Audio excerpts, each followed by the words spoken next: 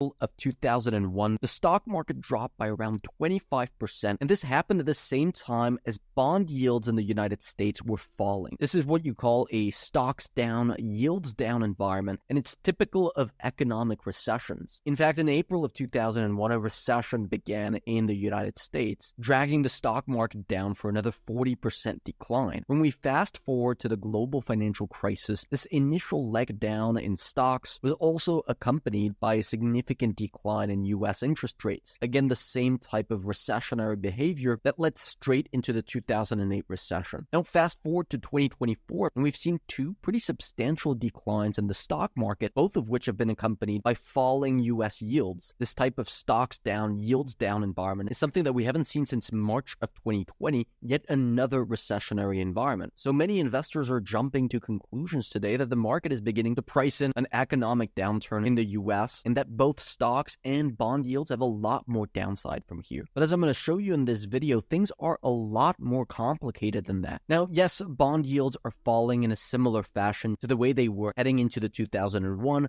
2007, and 2020 recessions, but there's been plenty of times where U.S. bond yields have been falling without the U.S. economy necessarily being in a recession. Today, bond yields have been falling quite aggressively, but so have oil prices, and so has the U.S. dollar. These are three of the most powerful financial market forces, and all of them are heading into the same direction. This is an extremely rare environment, and it has absolutely massive implications for markets looking forward, as I'm going to show you in this video. But first, don't miss the 30% discount that we're doing on our service. We don't do this type of discount very often. This would give you access to all of our trade alerts to get in or get out of the trades that we're making. So far in 2024, we've closed 65 trades. 2/3 of these were profitable, with an average profit of 16%. Our average loss was just 3.5%. We can proudly say that anybody who's been following our trades consistently has been making much more than the cost of our subscription. And if you use this discount, that would be for a ridiculously cheap price. So make sure to click the link down below to get access to the discount. We're ending it on the day of the Fed meeting, so don't miss your chance. Believe it or not, this type of environment where the dollar is moving down, oil is moving down, and yields are moving down has only occurred briefly 9 times going back to 1980. All of those instances are highlighted right here, and each of them were a very powerful signal for the stock market. Now let's quickly take a look at what each of these variables should mean for the stock market. A falling dollar, falling oil, and falling bond yield. Are each of these a good or bad thing for the market? Let's start with the influence of a US dollar weakening on the stock market. This chart shows us where S&P 500 company revenues come from. About 70% of the revenue comes from the United States, so that's revenue priced in dollars, but about 1/3 of S&P 500 revenues come from abroad. And so this big chunk of revenue is actually not priced in dollars, but in other foreign currencies. So when we see the US dollar weakening, it actually makes S&P 500 revenues coming from abroad look bigger in dollar terms. So when the dollar is weakening, it actually helps push up S&P 500 company earnings. This is almost a mechanical rule, and that's why almost every single time that we see a big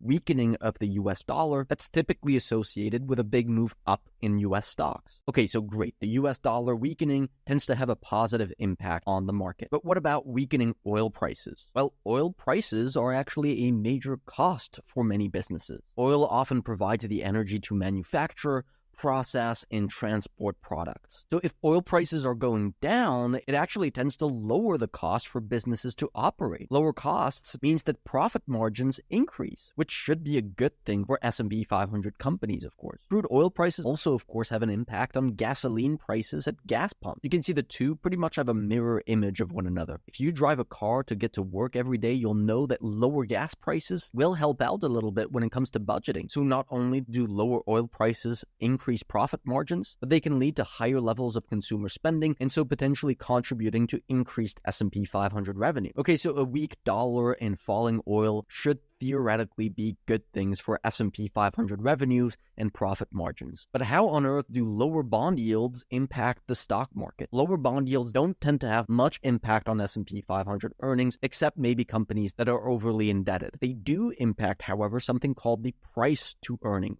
commonly known as the PE ratio. This is essentially the valuation of stocks, how expensive they are. This chart shows us the yearly changes in the S&P 500's PE ratio. It varies a lot over time. When this line is very elevated, it means the stock market is getting more expensive, and when this line is very low, it means the stock market is getting cheaper. Now look at what happens when I add bond yields on top. We can see the two are incredibly closely correlated. In fact, the more recent rise in market valuations we've seen between 2023 and 2024 has been a direct result of falling bond yields. So in theory, the dollar falling is good for the market. Oil prices falling are good for the market, and bond yields falling are good for the market. So let's take a look at whether that's been true throughout history. These are all of the instances going back to 1982 where we've seen this type of environment with the dollar, oil, and yields falling. Pretty much every single one of these episodes saw the market move up during this environment and in the months following this environment. So indeed, both in theory and practice, the environment that we're witnessing today is pretty constructive for stocks.